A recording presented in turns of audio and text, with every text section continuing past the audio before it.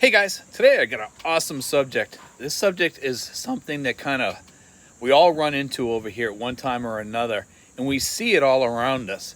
And that is, are we trading our problems with American girls back home for a new set of problems over here, whether it be cultural or whatever? And I had this comment written the other day by one of the guys, and I can't see the top. I took a picture of it, but I unfortunately I cut it. I know who it is. I forget his whole name on here in the comment sections, but he wrote a really good comment. Okay, and that is, for every expat who finds a perfect my Filipina, there are seemingly many more who get tired of all the apparently endless headaches of having Filipina gossip, tempo, financial needs of huge families, karaoke, jealousy, phone spying, all the typical stuff that we all run into over here, eating with hands, public drama, stalking, out of stock, etc., etc. And I could even go on with that even more. You know, it just goes on and on and on. They're keeping track of you, hounding you about certain different things. Everything that you do is wrong. You know, or it's my culture. That's why I'm like this. You don't understand our culture. After a while, you kind of like, did I trade what I had a problem with back there for a new set of issues over here? He goes on to say, he says, my soul ties to their country. I can live without any of the apparently endless my Filipina cultural headaches. I watch a few Filipino vloggers here too. They all confirm all the issues Steve talks about. These issues and endless horror stories have soured me to Filipinas, all marketed as some kind of Garden of Eden loving, caring goddess of goodness. He says they ain't. It would be really interesting to find the true ratio of guys who find the perfect my Filipina versus those who get burned or burned out, exhausted by. I guess we'll never know. But I have zero interest in any of them, he says. Even the good ones, he says, precisely because you can't take the country out of the girl. Thanks, Steve, for keeping your eyes wide open. It's not all sunsets and walks on the beach over here. It's kind of true. What he's talking about is really true. I thought that was a really good subject for us to talk about. And I'd like you guys to throw out some stuff in the comments out there, because a lot of guys sell this Garden of Eden stuff like these girls are like the queens of the Garden of Eden. They're the best things, out there that you could possibly have. And in reality, it's kind of like they have the same problems that we have back home. It's just that we traded the problems back home for a new set of problems in the Philippines with Filipinas. And there's a lot of really good girls over here too. So I don't want to sound like I'm trying to be like the Prince of Darkness or something like that over here, and I'm trying to tell you that they're all, rotten people, because that'd be lying. It's just not true. There's a lot of decent, good girls over here. I see them all the time. But some girls are really good at hiding their problems and their issues, let's face it. And then you're down the road like 2, 3, 4 years. They play the long game, and then all of a sudden you start seeing all their crap come out. Or they go away on weekends telling you that they're going to visit their mom and dad, and actually they're going to see a boyfriend or something because they're with you. They're younger. They're in their 20s or something. You might be in your 60s or 70s. We see this. We see this all the time, even with guys that are in their 50s. They the girls in their 20s, they want to be with a guy that's in their 20s, but they want to have the money. They want to be treated really good and go out to dinner and go out to nice restaurants and be able to hit you up for money every once in a while, and then go out with their regular boyfriend or whatever. It happens over here, guys. Don't think like you're with some princess out of the Garden of Eden. It's just not factual. We really do kind of trade our issues. I know that there's this thing going on with the passport bros that has caused like a war between the women back home, the American women back there, and the women here, and they're kind of like battling it out in vlogs and on YouTube and on TikTok and stuff like that, and it's getting kind of nasty, to be honest with you. But I think both sides have their problems, and it's not like anybody is unique without any problems. We bring our own problems over here. Let's face it. We got our own cultural issues here that we bring here. Let's not pretend like expats don't come over here with problems. We got problems. I got my set of problems. You got your set of problems. I see people bringing bag loads of problems over here, and they throw it out and they unpack it right in your neighborhood here. We've had that happen. We've had people unpack their crap in the next town over. you know, and a couple other places too. We see this, and it happens down south. I'm sure the other vloggers have seen it down there. I see them talking about some of the stuff. Some of them don't talk about it. Some of them hide it. They don't want people to know.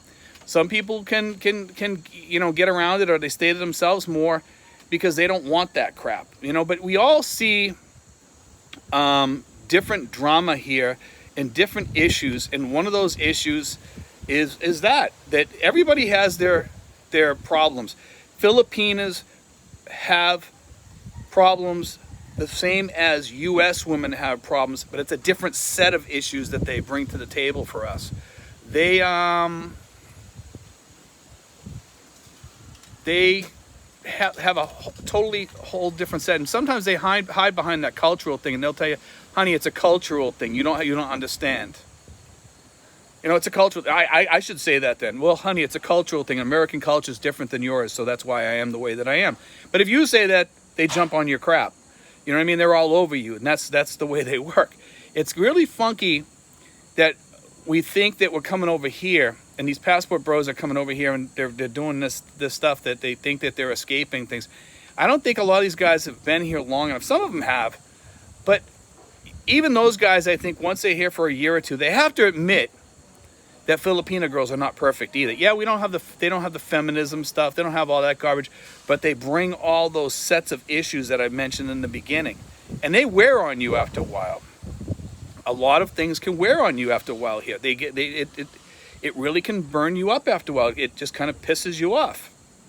But, you know, we think that we're escaping things, and there is an escape over here in this. That one of the best trade-offs over here is I went from shoveling snow in the winter back there to coming over here and having the sun. We always think about the girl thing. Guys over here, for some reason, it's all about the girls. It's always about the girls, and it really shouldn't be. Life over here can be a hell of a lot better and more peaceful. And there's a lot of guys that come over here and they don't have the girls. And that's okay too. But there's some guys over here that get very, very lucky. And I would love to know the ratio after like 10 years of guys coming over here, how many guys have actually settled down with a woman and been really, truly happy. And some guys have been very lucky, but some guys, I still see divorces going on. I still see long-term relationships breaking up over here. I see short-term relationships breaking up. I see guys going through 10, 20, 30, 40 girls sometimes trying to find a decent girl. So if you're going through that many girls over here, the ratio might not be as good as we think. And I'm not putting down Filipino girls by any means. You know, Filipino girls will settle for a guy like that versus American men will not settle as fast. You know, for them, we got everything. We got the money. You know, we got. They know that we're going to stick around because we got no place else to go because we're older. We really don't want to keep on going through a lot of women. Some guys do, but most of the guys want to kind of settle down and do their thing. You know, and it's really kind of strange sometimes when you think about it, because look at it this way: the guys that are coming over here are all escaping something. They're all escaping, you know, divorces or feminism or the dating issues that are going on back in the States, and all the issues that are going on back there with the feminism, the wokeism, and all this stuff. And then they come over here and they trade it off for all this other stuff. And then they're like, wow, I didn't think it was going to be that bad over here. I thought I could deal with this stuff, that stuff's small compared to the stuff back there. When in reality, after you're here for a while, those small things become big things and bigger things. Because it starts wearing on you, just like the feminism, the wokeism, and all that crap, and all the other crap that goes along with this, you know, women's rights and all this stuff, and, you know, pushing it in your face, and then all the other issues with the politics and all that stuff that's going on back home. And I'm just throwing that out there. I'm not saying I have a problem with it or I don't have a problem with it. I'm saying that's why a lot of the guys leave. Okay, but then they come over here and it's like, geez, my girlfriend, she's like the town gossip. She's this here, she's that there, or she's just on the karaoke all day. She's doing TikTok in the room 24/7, you know, or she disappears on weekends. She tells me she's going to the parents. I think she might be going to the boyfriends. I don't know. I don't have a way to check up on it. It's like, what do I do? You know, like, it's like, well, guys, this is what you traded for, you know? So do we really, is the trade-off worth it? I'm not sure. You know, I'm really not sure. I'd like to get your 2 cents worth on this. Write in the comments, guys. Put your comments in there and tell me what you guys think. Do you think the trade-off is worth it coming over here? For a lot of guys, it is. You know, for some people it is. Has it been for me? You know, we've had our problems and stuff like that, and some of the other guys have had problems here. Some guys have gone through divorces. Some guys have gone through breakups. We've had other guys leave the country and go to another country. They went up to Thailand. We've had other guys go back to the States. It's not all, you know, like the guy said in that thing. He said something about the walks, you know, sunset walks on the beaches all the time here with your girlfriend. It's not that way. In most cases, it's not. In some cases, it is, but very few end up that way. Like he said, can it be fun dating here? It can be a blast dating. There's some beautiful women here to date and stuff like that. I talk to the guys all the time. Sometimes they tell me I had a great date the other night. Some of the guys meet up with some girl. And also remember, it's part about the guy too. A lot of the guys here, a nice guy can usually hook up with a nicer woman easier than some jerk. The jerks tend to repel these women or end up using them or whatever, and sometimes even wrecking them.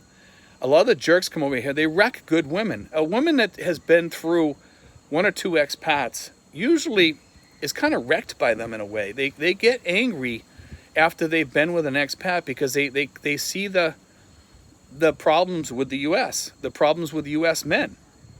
You know, just because we think that we're leaving, you know, because of the problems with the U.S. women, doesn't mean that U.S. men don't have problems too, because we do. We do. We just don't like to admit it. Let's face it. We all come with that baggage on the plane, jump off the plane and think we're going to kick butt over here and that's going to be the end of it. And everything's going to be great for us over here. It's not always that way. And I'm not trying to be Debbie Downer on here or anything like that. You know, I'm not trying to be, you know, Mr. Gloom and Doom on here. I'm just stating the facts that there are going to be issues over here, and I think they're just trade-offs. I think that we have the same thing here going on that we do back home, only in a different way. We're trading off for a different set of problems, different set of issues. Some of the guys here have been really lucky, and you can get really lucky over here, but you might have to go through 10, 15 women to find a perfect woman. You might find one right off the bat and might be really lucky. You know, but sometimes, like I said, some of these girls play the long game and all of a sudden they pull a child out of the hat or something like that. You don't know what they're going to do. You don't know what they're going to do. And that's why I tell people, be careful, because some of the women over here, I remember being back home when I was married to a Filipina before. I remember all her friends had issues. They were all going through divorces. They were all cheating on their husbands. A whole bunch of things were going on. They were really a nasty set of women. I'm not saying the Filipinas are all like that, but I'm just saying that group was. And I saw what happened. And sometimes you see that here. And American women can be the same way. So I'm not trying to paint everybody as bad, or Filipinas as bad, or Americans as bad, or American men as bad. I'm just stating the facts here that some people are like that. Is the Philippines better for Americans over here than it is back home? Absolutely, I think it's better, but in a different way. It's not all sunshines and, you know, roses over here. It's not. Anyway, guys, I hope you enjoyed today's show. Please leave your comments. God bless, guys.